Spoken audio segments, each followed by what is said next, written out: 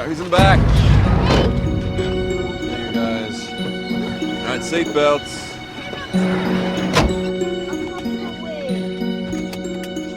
On a winter Saturday morning in 2003, at a children's football clinic in suburban Melbourne, the notorious gangster Jason Moran is sitting in his family van, chatting with one of his men.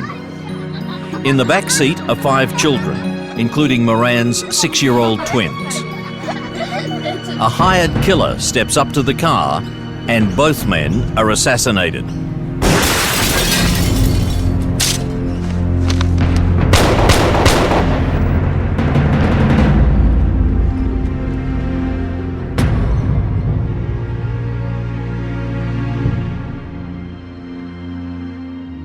The killings are the latest and most brazen in a string of 17 gangland murders over the previous 5 years. They've been carried out on the orders of one of Australia's mass murderers, a pudgy, spoilt suburban upstart with a perpetual smile, a coward who buys his courage by paying others to ambush and kill his enemies. His name? Carl Williams.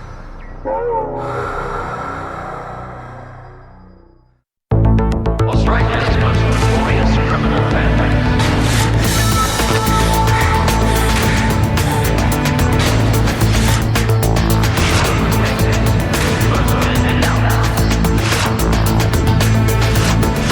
Generation after generation, on the wrong side of the wall. Crime Investigation Australia, Families of Crime.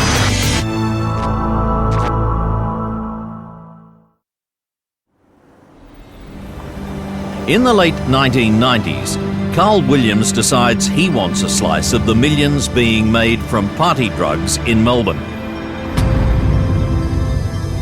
His challenge soon leads to open warfare with the ruthless Moran family who control the trade, and Carl becomes one of Australia's worst mass murderers.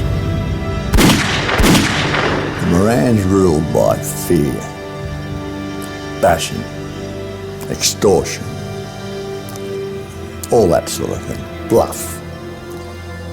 Lewis had the boys, taught the boys from an early age. Jason, his father Lewis, and his half-brother Mark are regarded in Melbourne as criminal royalty.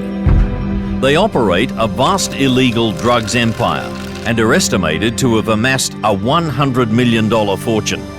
If they owe you money and they don't pay, you bash them. If they don't pay, you bash them again until you get paid, or you put them down as a lost cause. You cripple them, you maim them. You get your money at all costs. They felt unassailable in the mid-90s because they had a massive slice of the party drug scene. They were also accepted into the racing set. You could see them at the Young Members Bar, at Flemington, during the Spring Racing Carnival. They were supplying the cocaine to celebrities.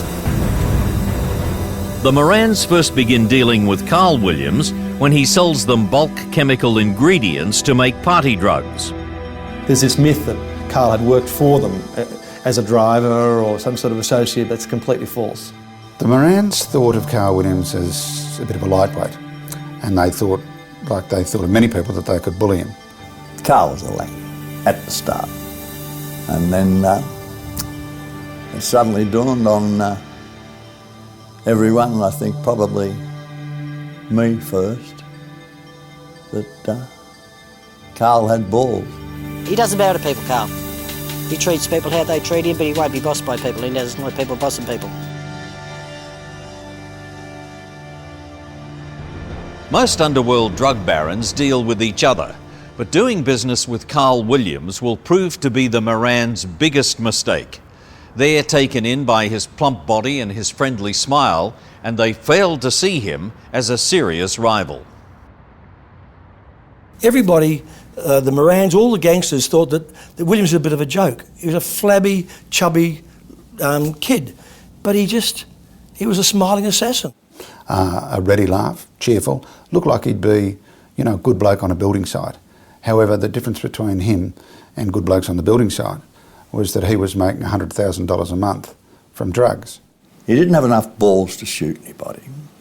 Carl couldn't shoot anybody to save his life. But he had the balls to see where the trouble was coming from. Carl Williams is the second of two sons born to George and Barbara Williams, and he's brought up in Broadmeadows, a crime-ridden, working-class suburb on Melbourne's northern fringe. Well, in those days, the detectives often found themselves investigating burglaries, car fires, almost on a daily basis, serious assaults, sex crimes, suicides, drug overdoses, pretty well everything that you'd get in that sort of area. George works as a labourer and an occasional debt collector, and there are few luxuries in Carl's childhood. He was interested in money from a very early age. That was certainly his guiding preoccupation as a kid. Carl's very close to his mother and idolises his older brother Shane, who's a heroin addict and a thief. I think Barbara mummied Carl a bit, I really do.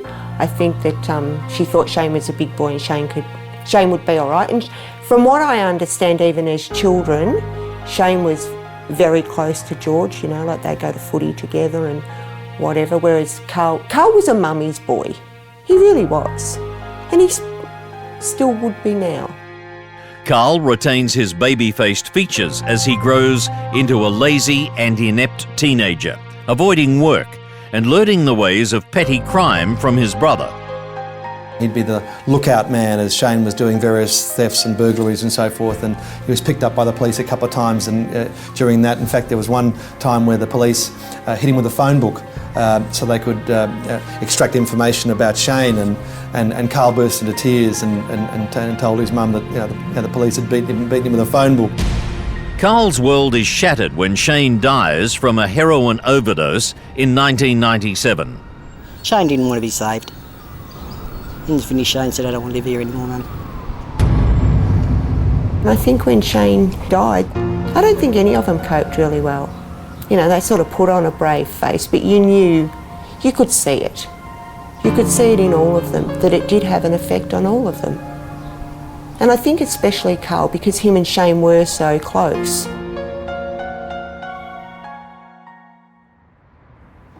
But even though heroin has killed his beloved brother, Carl decides to set up a major drug-dealing operation. He even enlists the help of his father George, and it's not long before they're doing business with the Morans. Well, for every amount of drugs made, bought from overseas, etc., one person can't sell them on his own. He sells. It goes down the chain.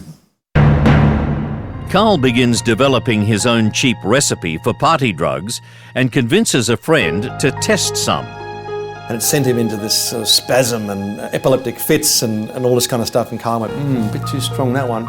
Go back to the drawing board. So they finally got it right. Around this time, Carl begins a serious relationship with Roberta Masica, the woman who'd become his wife. Roberta Williams is colourful, loud, boisterous. She can be good fun. She's got a volatile temper. She had a shocking upbringing. She was the victim of violence both from her mother and stepfather. She was out of home by 11. She was a ward of the state. They're soon in a serious relationship, and it's not long before she's pregnant. He recognised that she was having a hard time and I guess provided a shoulder to cry on and an ear to listen to her problems. Roberta will say she didn't know much about what Carl was doing. Police disagree. We're just an everyday suburban family who get up every morning, take our children to school and cook dinner of a night. Obviously there were bugs in Carl and Roberta's house, and the police who listened to it said it was like listening to the Jerry Springer show about 24 hours a day. Carl's new party drug generates huge profits, and he and Roberta spend lavishly, living the high life. The Morans try to intimidate him. They even have their men give him a pistol whipping. Things get worse when fire destroys a drug lab that the Morans are operating with Carl, and valuable chemicals disappear. This set up a suspicion. The Morans believed that Carl had been involved in this whole thing, and he would blithely say, no, mate, no, I'm not involved in that, no way. But apparently he was. The hostilities continue to fester and will soon become a gangland war that will leave a trail of bodies across Melbourne. They were having a dispute over several issues. One was that Carl was undercutting them on the price of drugs. 2, there was a dispute over the ownership of a pill press. 3, they weren't happy that he'd married Roberta, who'd previously been married to a good friend of theirs. And 4, there was a dispute over a debt. The confrontation comes to a head at a meeting in the corner of a deserted suburban park, far from police surveillance microphones. G'day, Mark. Hey, Jason. The Morans argue furiously with Carl over money and drugs. No, you got it all wrong. We're losing thousands of dollars. Pill press, Shouldn't even get it over and done with. Come on. I'm not killing him. No, Jason! All right. The Morans walk away laughing and suggest he gets the bullet removed from his stomach and sent back to them. The Morans will soon be getting bullets returned, and with interest, and they'll be brand new. Carl is later treated in hospital and the bullets removed. At the time that he was shot, we weren't aware that it was the Moran or a couple of the Moran families that actually did that. But the Morans have underestimated Carl Williams. He's not intimidated. And he's soon back, busily making party pills with his father George, when police suddenly stumble upon their drug lab. Police from Broadmeadows were doing a fairly straightforward, average crime investigation, and they went to a housing commission property in Broadmeadows. On their arrival, I can recall one of them actually saying he heard what he thought was a washing machine coming from an upstairs room. And when they went in, there was the pill press working. And when they went upstairs, they found both George and Carl Williams hiding. They were both covered in powder. The whole premises was covered in powder. There was bags of drugs and piles of pills laying around all over the place. So it was a full-on amphetamines manufacturing facility. George had been involved in it for some time, you know. People speculate about George's final role in the family business, but he was there, make no mistake. To this day, the police deny that they were tipped off by the Morans. If there was any indication whatsoever to me that there was a man armed with a 9mm semi-automatic pistol with a considerable amount of drugs and a pill press in a flat in Fur-Close, Broadmeadows, I wouldn't have sent 3 detectives around there armed with a warrant regarding a fraud matter. They were there on a completely unrelated inquiry. In police parlance, this was just good luck. Sealed off the entire area as a crime scene, called in the forensic science people, called in the drug squad to assist, because obviously this is quite a significant catch, and the rest is really history, isn't it? Carl and his father are arrested and they face lengthy jail sentences, but their trials delayed by a drug squad corruption scandal.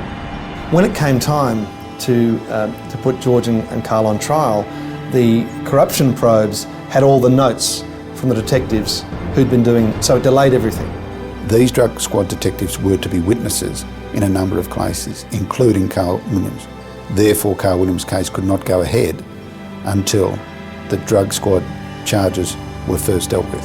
So suddenly they'd had 3 or 4 more years of liberty to prosper, to get square with enemies and so forth. Carl and George Williams are released on bail, and they quickly resume their lucrative trade in defiance of the Morans. Shortly after that, George had been down at a pub in Richmond. Jason Moran had turned up on the scene and said, you know, just tell Carl that next time I'm going to kill him. As Carl sees it, he has 2 choices: give in to the Morans and get out of the drug trade, or strike first. It's the dawn of the 21st century when he takes the fateful decision to make the first move. Carl's target is Mark Moran. It's 6 months since Jason shot him, and Carl can still hear Mark Moran yelling, "Kill him!" The order to shoot to kill is typical behaviour for Mark Moran, who has a formidable reputation as a tough and merciless gangster. Carl feared Mark Moran. He was smarter than Jason, he was more ruthless, and he did feel that eventually Mark might get him. So it was decided, I believe, to make a preemptive strike on Mark, and also to show the Morans that Carl would not take this lying down, that he would take out their most brilliant strategist, their leading businessman, if you like, in the drug world, and there's nothing they could do about it. Mark Moran lives with his family in a luxury home in the Melbourne suburb of Aberfeldy. Nice two-storey house, he'd done well, he had his kids there. He didn't think there was any threats to his life whatsoever. He thought that life was great, you know. He dealt with Carl Williams, life was good, nothing would happen. In June 2000, Mark is assassinated outside his home. And on this particular night, the phone rang and he decided to go out. His wife said, don't go, but he went outside. Now, stupidly, instead of, say, parking his car near security lights or closed circuit cameras, he parked it outside in the street.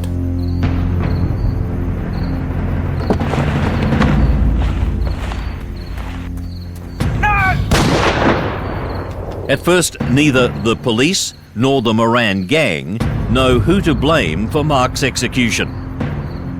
Everyone suspects it's an underworld payback because Mark is known to have murdered several mafia leaders. The Morans had a council of war that night. A group of 7 people got together and they started going through their enemies, and they did a list of the enemies who could have killed Mark. Carl was on that list, but he was the last name. And when Mark got shot, it was one of total bewilderment. In hindsight, I suppose, it wasn't very hard to work out that who was behind it all, because there was a clue here, a clue there, a phone call there, an explanation there, etc., etc. But I don't think anybody in the camp knew how financially flush Carl had become by then. And Carl's always denied that, but you know, whoever did it, Mark was dead, and there was no doubt that it was the Williams crew that was responsible. After extensive underworld inquiries, the Morans decide that Carl is behind Mark's murder and war is declared. And Jason immediately swore vengeance. He was in jail at the time and came out of jail for his brother's funeral. On the day of Mark Moran's funeral, shots are fired outside Carl and Roberta's home. Carl Williams and Jason Moran are now laying elaborate plans to kill each other. Carl Williams had decided that he really wanted to kill Jason Moran as a payback for shooting him, and also because he feared that if he didn't do it, they'd eventually finish the job on him. But in a ridiculous set of circumstances, when Carl Williams was finally bailed on the drug trafficking matters, within 3 days Jason Moran was convicted of an assault matter in King Street. So he went to jail. So they sort of swapped sides, if you like. Carl was out, Jason was in, so he couldn't get him. There were multiple plots that Carl laid in order to get Jason. Meanwhile, Jason was plotting to get Carl. One of Jason's plots is to order his toughest henchman, a merciless killer named Benji Benjamin, to befriend Carl and then to murder him. Benji was now getting close to Carl. He was actually spending time with him, and at the same time as he had a contract to kill Carl Williams. So it was this bizarre gangster drama being played out. But Carl's charm wins Benji over to the Williams side, and they become best friends. With Benji's defection, Lewis and Jason Moran decide to replace him. 2 Sydney hitmen are contracted to kill Carl at the christening of his new baby daughter, Dakota. Police get wind of the plan, and to avoid a bloodbath, they re-arrest Carl on drug trafficking charges, and he's held in prison for the next 14 months. You just gotta stay away from people like that, you know what I mean? Like... Benji, meanwhile, continues his professional career as a hitman, murdering Victor Pearce, a notoriously violent drug dealer and cop killer. Victor Pearce's killers certainly appeared untroubled about carrying out what amounted to a public execution. As soon as Carl's released in the middle of 2002, he resumes his plan to kill Jason Moran. It takes him almost a year to achieve his goal, but in the meantime, he has other scores to settle. Nick Radev, a man known as the Russian, is becoming a serious competitor in Carl's party drug trade. Nikolai Radev was a very serious villain here in Melbourne. He'd been involved in all kinds of things, a very extremely violent man. As usual, Carl won't do his own dirty work, and instead, one of Carl's hitmen kills the Russian. Pumped him full of holes, basically. He then grabbed another gun and shot him a few more times to make sure he was dead, and that was the end of Radev. So the cycle had really begun now. Carl Williams is now embroiled in a game of kill or be killed. Two of Carl's rivals have died, and Carl's target now is Jason Moran, the man who shot him in the belly 3 years earlier. Jason knows that Carl has put a contract out on his life, and he's living in fear. Jason was on guard at this stage. He was travelling all the time with a gun. He was changing cars. He wasn't staying at home very much. He was elusive and hard to get. But information came that every Saturday morning, Jason would take his kids down to the Auskick clinic. They tracked him to the Cross Keys Oval. They realised he would go there every Saturday. And on this particular Saturday, the runner and a fellow named the driver were waiting. Jason feels quite safe at the children's football game. He's sitting in the driver's seat of a family minivan with 5 youngsters in the back and his henchman, Pat Barbaro, sitting beside him. Suddenly, a man appears at the driver's side window and fires a shotgun at Jason's head. He then pulls out a pistol and shoots Barbaro before running off. Carl has a night out on the town with Roberta to celebrate Jason's death. Roberta says she really didn't know what Carl was doing. When Jason was killed, she was picked up on a telephone intercept saying that she couldn't wait to party that night. So she actively hated the Morans.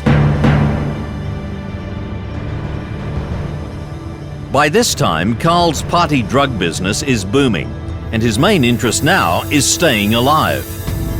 Next on his hit list is a drug dealer who owes him $900,000 and can't pay. Carl fears the dealer, Willie Thompson, is planning to kill him in order to clear the debt. So Thompson is brazenly murdered in a crowded street.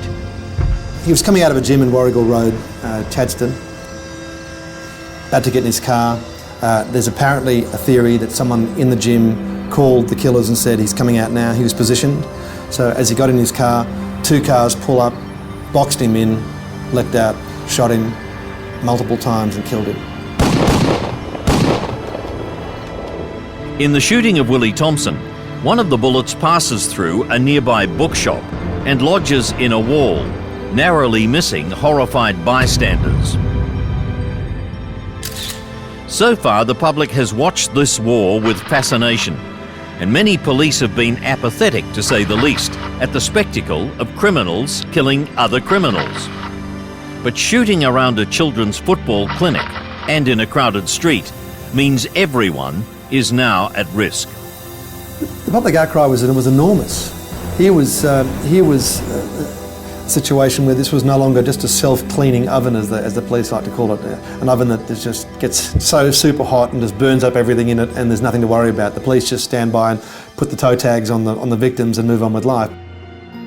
The Police Commissioner Christine Nixon establishes a special task force of 30 detectives to investigate the gangland killings. It's called Task Force Piranha. What Carl does next could have come straight out of a movie. Carl's people spread rumours that Willie Thompson's been murdered by hitman Michael Marshall.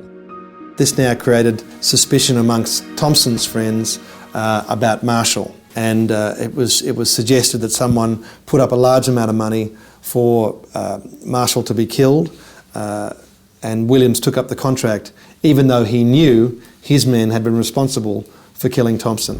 So Carl and his hitmen accept payment to take revenge on a murder that they themselves have committed. Carl's hitmen carry out the contract and shoot Michael Marshall outside his own home.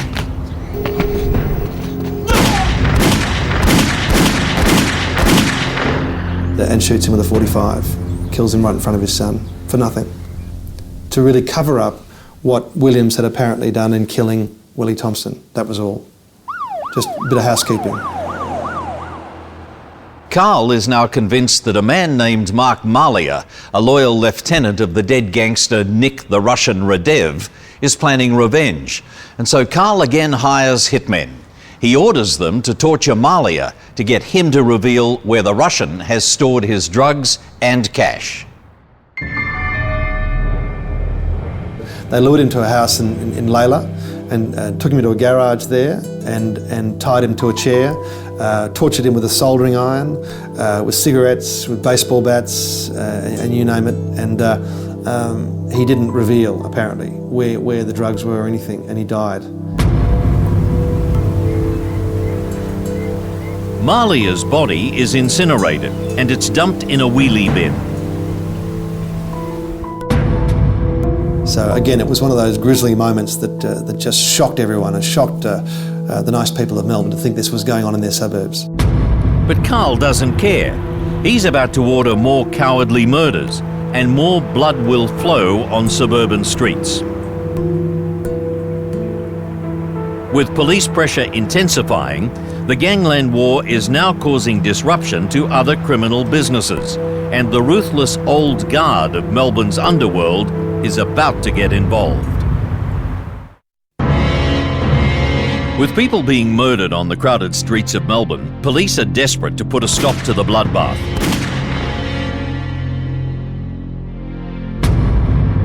They arrest Carl Williams for allegedly planning to murder a task force detective. Telling the story, he didn't look too swaggery and too brave when they got him and rolled him on the grass. They got a median strip and cuffed him. They said he was blubbering like a child and peed himself. The police evidence in the case against Carl is flimsy, and he's released on bail. Carl Williams would leave court like he was on a game show. I mean, he would swagger. He would swagger. They'd be out there. And I'd like to get on with my life, that's all. Can I ask you where to from here? Where to from here? Something to eat and something to drink, that's all. Carl now thinks that he's the king of Melbourne, and he stages a lavish $200,000 party at the giant Crown Casino to celebrate his daughter's christening. Like some Godfather sort of function, with the bassinet being filled with, showered with money. It was $100 notes filling the bassinet of this baby. It was like some grotesquerie out of a Hollywood movie. And I think they started living that sort of life. By that stage, he'd become a public figure. And by that stage, any amount of reporters had his number. And he thoroughly enjoyed the notoriety. We had the ridiculous situation at one stage where Carl Williams was holding the press conferences and the police were saying no comment. It's all police corruption, which is corruption from everywhere in the police force. I never ever made a threat to kill anybody, and I've never ever killed it. I've never had nothing to do with no violence. I've never been caught with no guns. I've never owned anything like that. Are you saying you're a clean skin? Yeah, I'm telling you, I don't get involved in anything. How do you make your money? I don't have. What do you mean? This isn't about how do I make. No, I'm asking you a question. How do you survive? I do not sell drugs. This is Victorian police corruption. Hang on. What? Mr. Williams, they haven't come looking for Derek Hinch. They haven't come looking for Derek Hinch. They're looking for Carl Williams. My things will be sorted out through in court, and that's when they'll be sorted out. Okay. Thanks very much, Darren. They haven't come looking for Derek Hinch. I spoke several times on the phone to him. I've had other phone calls. One fight we had on the phone, he hung up on me and then called back and said the line had dropped out. It was quite funny. Carl Williams' next target is the leader of the old guard of Melbourne's underworld, who are known as the Carlton Crew. the Carlton crew was said to be criminals of an Italian origin. That's not exactly true. Basically, they were the people who made their start out of illegal gambling, SP bookmaking, two-up, which tended to be around Carlton. Carl gets word that the Carlton crew leader, Graham the Monster Kinnebra, is meeting with the Morans. To Carl, it looks like a conspiracy, and so Benji Benjamin and one other lie in wait outside Kinnebra's suburban home in Kew. So he drove back to his house in this December evening in 2003, parked his car, got out, and there'd been two men sitting in a Ford Falcon across the street, and they came out and opened fire on him.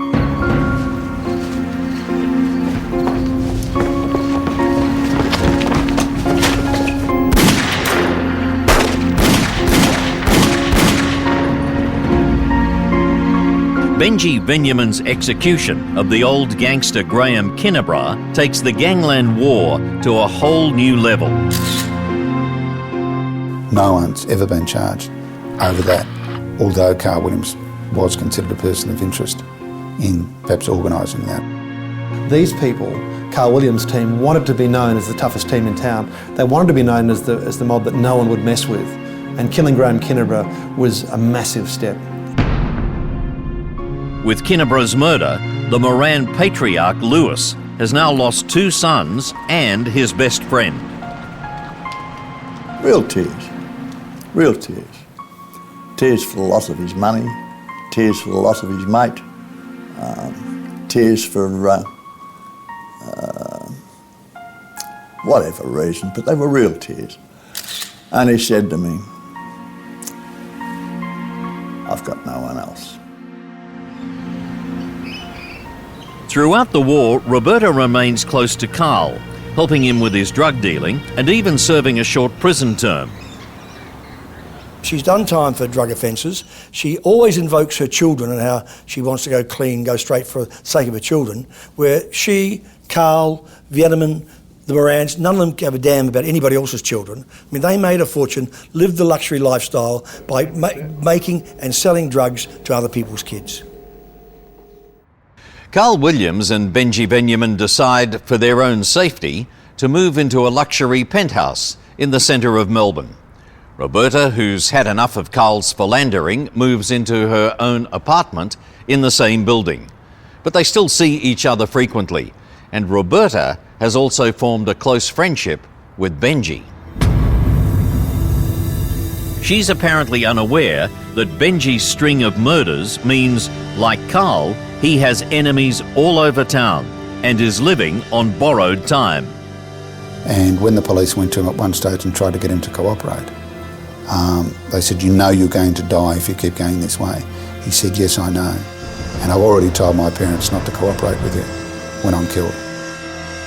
Benji suspects the killing of Graham Kinnebra has probably made him another powerful enemy, the Carlton crew wheeler dealer, Mick Gatto.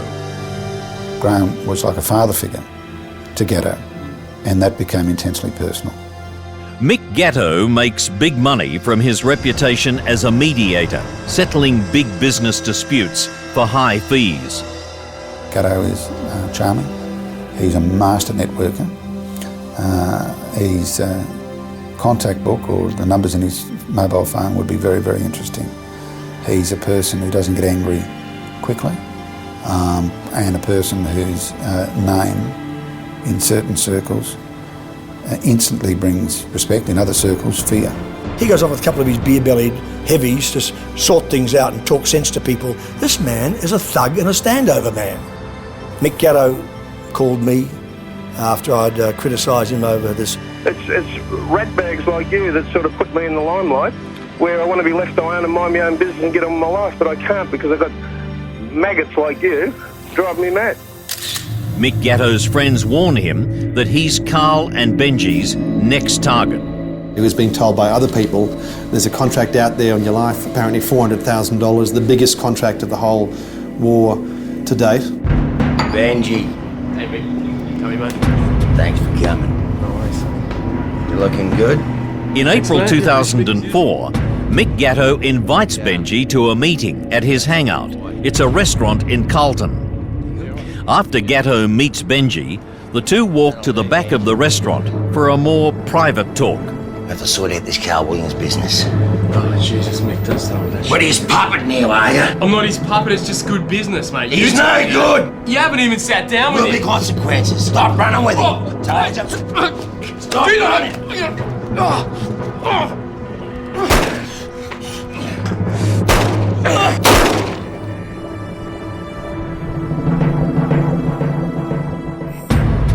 Andrew Veneman left the Melbourne Magistrates Court with alleged drug trafficker and close friend Carl Williams earlier today, but hours later the man known as Benji was dead. Carl hears the news of Benji's death, and he and Roberta rush to the scene, where they're besieged by the media. Carl, have you got anything to say about the shooting? I don't know nothing about it. This is harassment. Get out of here. Why are you running, mate? If you've got nothing to say, you've got nothing to do with it, don't run away. God, listen, you're like fucking vultures. Get out of here. Someone's just been shot. You were seen coming out of the Magistrates Court today with Andrew Veneman, and now it's believed that he's been shot. What have you got to say about that? I did have one phone call with Andrew just hours before he died, which kind of often makes me think, what was it about? When he called me and said, happy birthday. And we would always say, I love you to each other, or it was just a friend thing, all of us said it. And Andrew goes, no, I really love you. And I said, yeah, I know, Andrew, I really love you too. And he goes, no, I really love you. So I've often thought about that last word that come from his mouth to me on that last day with that phone call and think, where was it going? Mick Gatto is arrested and charged with Benji's murder. But since Benji's gun is used in the killing, Gatto pleads self-defence, and eventually he's acquitted. Benji's murder sends Carl into a blind rage, and he immediately lays plans for a dramatic and very public revenge attack on Lewis Moran. So it was suggested that he in fact engaged two hitmen to kill Lewis Moran in the Brunswick Club. He knew that Lewis would always be in the Brunswick Club because Lewis had given up, at this time. He'd lost everyone that was close to him. One who stays by Lewis Moran's side is his long-term bodyguard, Bert Rout. Night after night, Carl would be on the phone to Lewis. I'm coming to get you, you bastard. We're coming to get you tonight. Lewis would say, go, and get effed. We wouldn't back down. We wouldn't change our routine for some young punk. Lewis Moran tried to put a contract out on Carl, but was only offering about $50,000 when Carl was offering $100,000 and others in that area were offering up to $300,000. We had a terrible argument at the Brunswick Club. I said, Lewis, are you effing mad? Are you out of your mind? It's just a matter of time before Carl's men strike. We were both walking dead men. It was inevitable that someone would have a crack at us. The first I knew, I heard the clump, clump, clump of running feet towards us. Shit!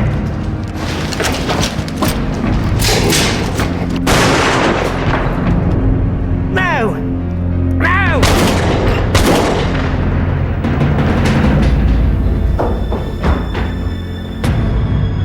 As gangland executions go, this was very public.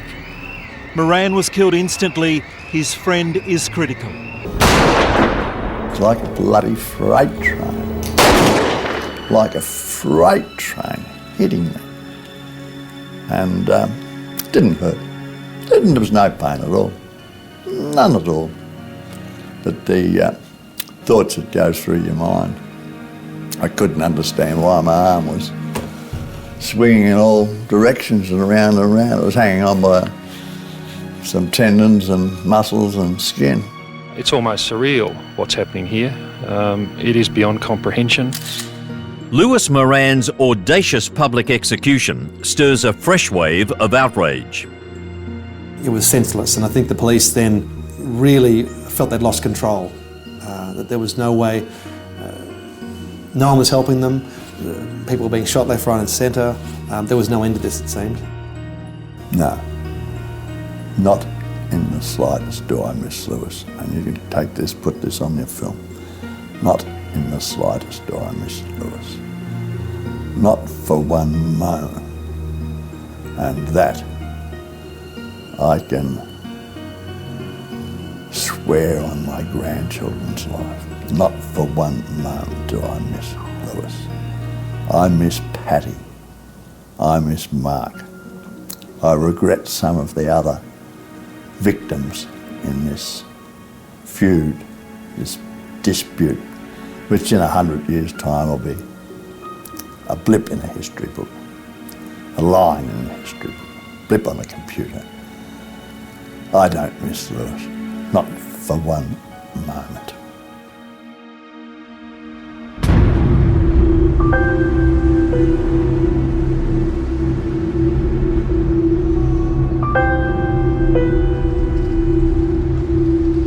Carl's paranoia knew no bounds at this stage. He regarded anyone remaining of the Carlton crew or the Moran set as a potential target or a potential threat to him. Piranha Task Force scores a sensational breakthrough. They receive intelligence that Carl Williams has hired 2 shooters to murder the Carlton crew's lawyer, Mario Condello. The police had a listening device in a particular car where they heard 2 men talking about killing Mario Condello. So they secreted him away to protect him, and they started to set up a surveillance operation. On the morning that they finally were to do it, there was an extraordinary number of police in the area waiting for their moment. Those 2 men were charged, and ultimately Carl was grabbed and charged.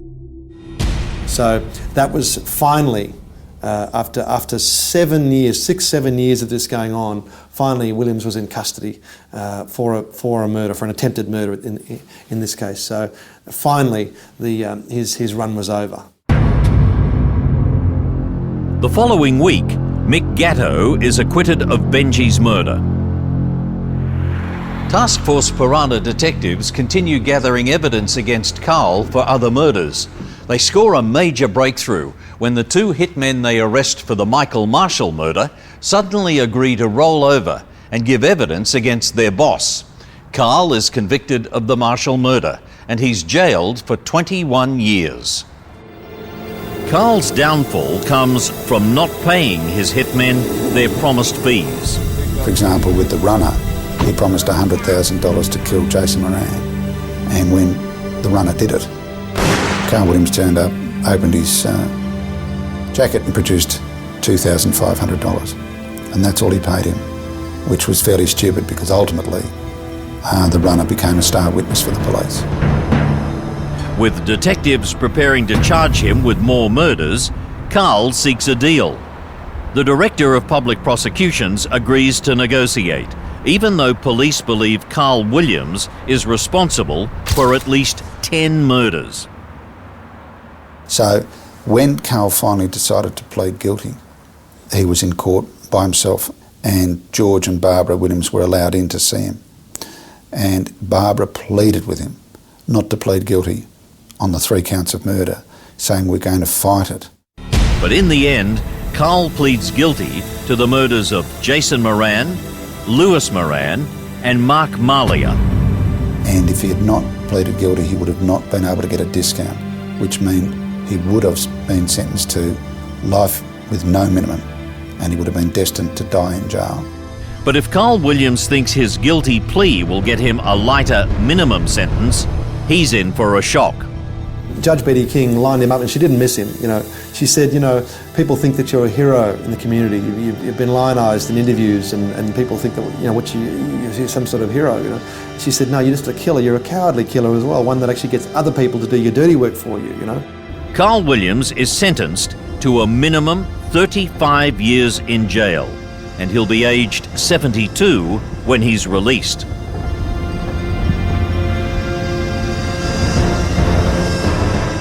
And the pennies are already dropped with Carl, that what he did was a total waste of other people's lives and his life.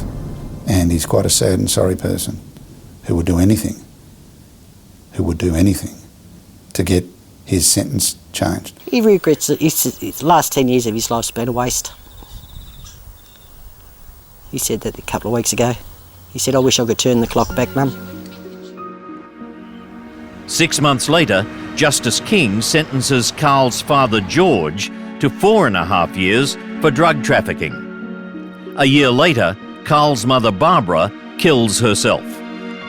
Barbara was shattered when Carl was put inside, and while everybody else carried on about him being a gangster and all this sort of glamorising, Barbara was broken-hearted. And in 2008, she took her own life. She lived basically as a recluse. She had the shutters down on her house. Her neighbours didn't often see her. And broken-hearted, she just said to somebody, I just want to go to sleep and never wake up. And she took some champagne and some sleeping pills and took her own life. My first reaction was Dakota, because I knew how much Barbara loved Dakota, and I knew how much Dakota loved Barbara. And I suppose I looked at it and thought, well, that's Dakota's stability in her life. I remember when it came on the TV and I looked up to the sky and I said to Shane, oh well, your mum's with you now. And that's sort of how I looked at it. Carl's in jail, George is getting older, Dakota's going to have nobody. And that's the way I look at it. I feel sorry for all the children involved in all of this. I really do, I feel sorry for the whole lot of them. They didn't ask for it, you know, and they're all of the families that all of this is involved have all been devastated by drugs and by greed for no good reason, because in the end they've got nothing to show for it. It doesn't make them any happier, and half of them are dead. So how is that any good? You know, you may think you have a short life of being able to wear all this bling and all these gold chains and have all the hookers you want and all the beer you want and all the parties you want, but you end up dead. So there, he lost his brother to drugs, he'd lost his liberty to drugs, he'd lost his mother because of the gangland war over drugs. So what was all this for? It just doesn't seem to make any sense. It was an irrational thing driven by fear, you know? In fact, the public view was, well, who cares, they're only killing their own. My view is, if they're only killing their own now, how long before they're killing you or killing someone else? Or is that good? Is that the sort of society we want to live in? It's not the society I want to live in. I don't want to live in a society where people get gunned down because they're standing at the bar of the Brunswick Club. Carl Williams says, I won the war. That's not true. Piranha Task Force won the war.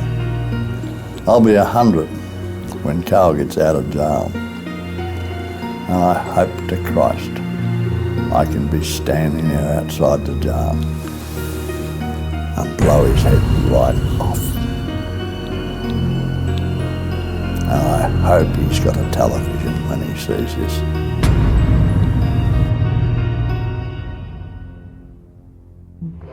Williams was fatally bashed by a fellow inmate in Barwon Prison yesterday. The other prisoners came up from behind, struck him on the head a number of times. The puzzle is how anyone got near enough to him to carry out the attack. It may have been a random attack, but it may have been something more sinister. Bert Rout will never get his revenge. On April 19th, 2010, Carl Williams died from a heart attack after suffering traumatic injuries caused by a brutal bashing by a fellow inmate at Victoria's Barwon Prison. The prisoner, who can't be named for legal reasons, was charged with his murder. Obviously, a man like Carl Williams has a lot of enemies.